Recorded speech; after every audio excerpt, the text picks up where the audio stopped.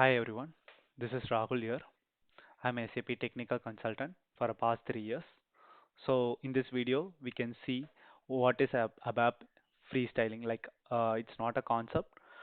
We can able to learn very easier way, and it's very fun, and also we can able to learn more things with by doing some simple task.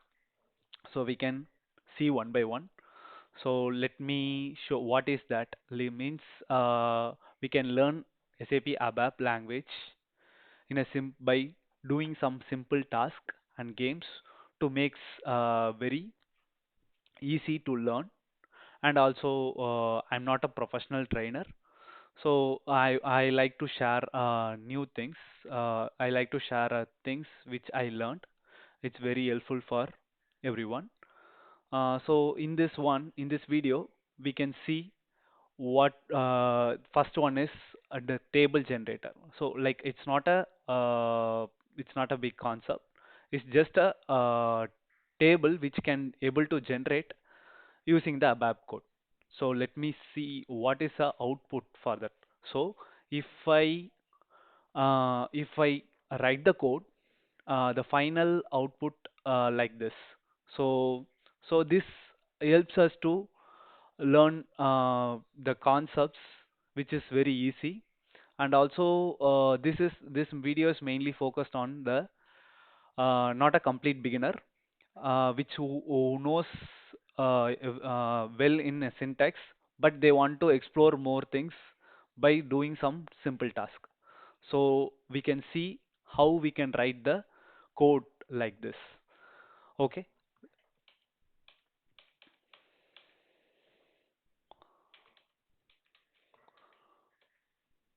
so let me create one sample program, ztest prog 1.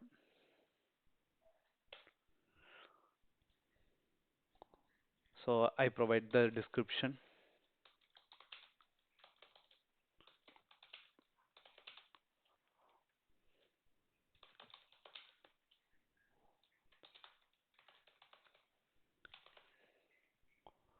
and provide the type of the program.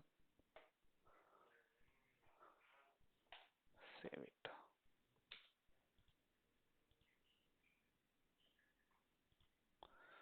Okay, so this is a ABAP editor which can able to write our code. So the first starting line onwards, it's generated by SAP already. So we can write the code. So for this, we know we can use the parameter for provide the inputs. So parameter. So parameter for we need to use P, start with P, like tab n type.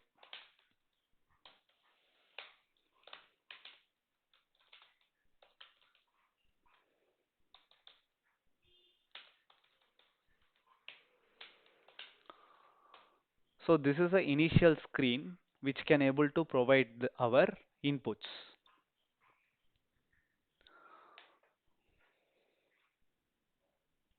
We can see our screen. This is a front end screen. So this is a table, which table we need to write, and this is a number, how many rows we can able to create in this table. Okay, so for this we need to use looping concept. So in this one we need to use do loop, and we can use inline declaration and some string operations. So let me see one by one. First, start with do loop. Why we use do loop? Because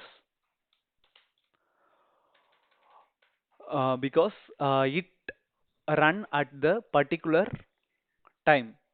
So it's very easy for us to understand, and we can write it.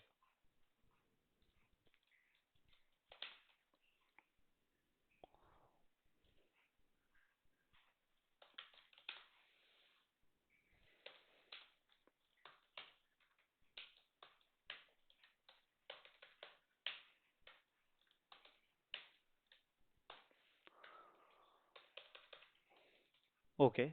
So after that, we need to create a initial value because the table start with one, right? So we can create a initial value by inline declaration. LV init init num equal to 1. Now we can write our result, resulted value. LV.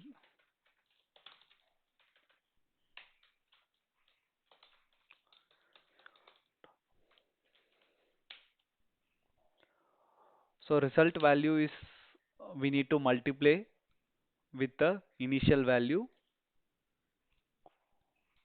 and provided input.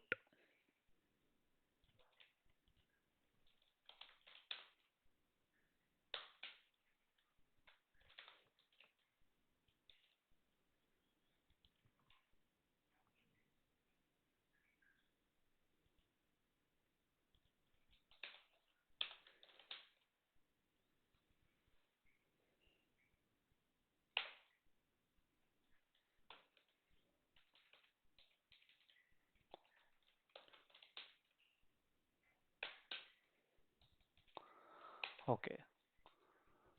So next one is increment because this is run for several times. So we need to avoid a multiple data in the same line. So we can use increment operation like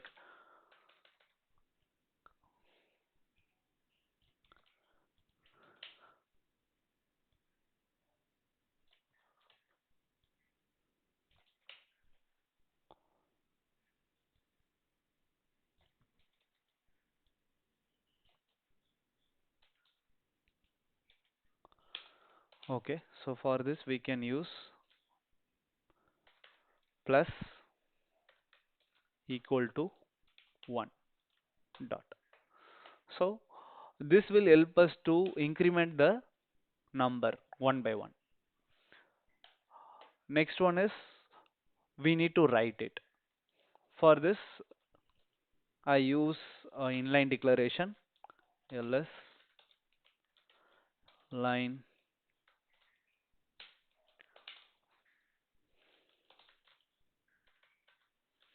So this is a string operator. So we can use this bracket. Before that, we need to use that hyphen, but now we can able to use this bar like that.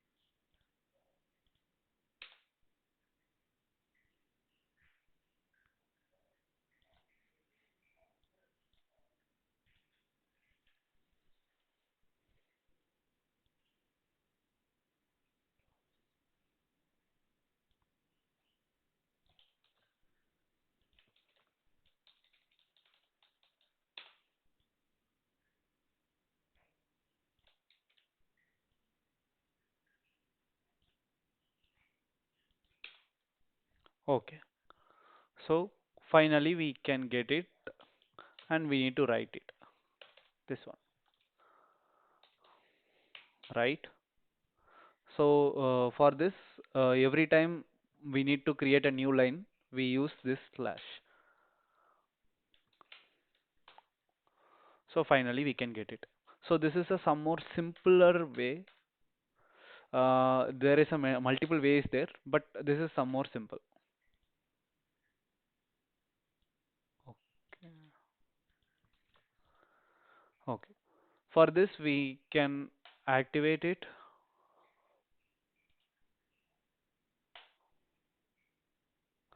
Okay. Now we can see the input box. So in this one, I mentioned the table and also I mentioned the number. So how many numbers we need to stop. So for example, I put 7 and execute it. So we can see the tables.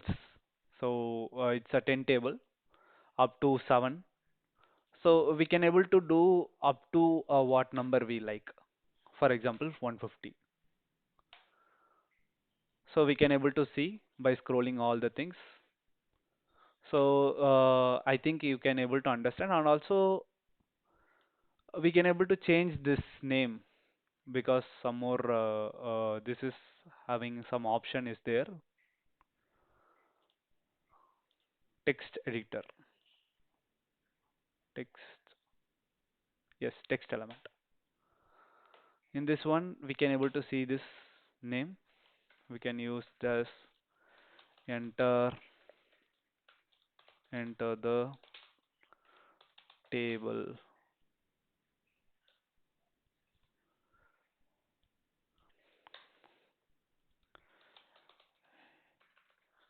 enter the last value, up to last value,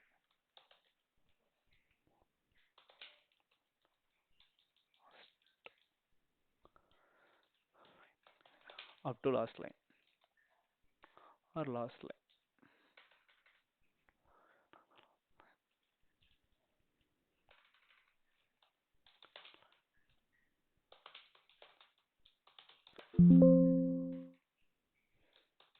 So actually there is an limitation is there. So I end up with this and save, activate. Now we can able to see. So enter the last line, enter the table. Okay.